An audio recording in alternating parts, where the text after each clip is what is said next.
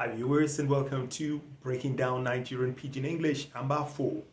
Today we will check out some phrases of encouragement to someone who's trying to decide whether to do something that seems difficult or risky. Give am a try. Give am a try. Go for am.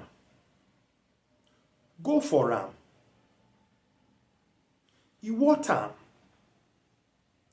You what am? Wetin you dey wait for? Wetin you dey wait for? Wetin you get to lose? Wetin you get to lose? Just do am. Just do am. I trust you. I trust you.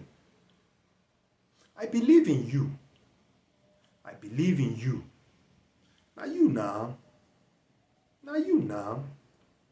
Now let's look at phrases to use when someone is already doing well. Eh-heh. Eh-heh. Keep up the good work. Keep up the good work. Keep 'em up. Keep 'em up. Nice one. Nice one. I dey proud of you. I dey proud of you. Na so. Na so.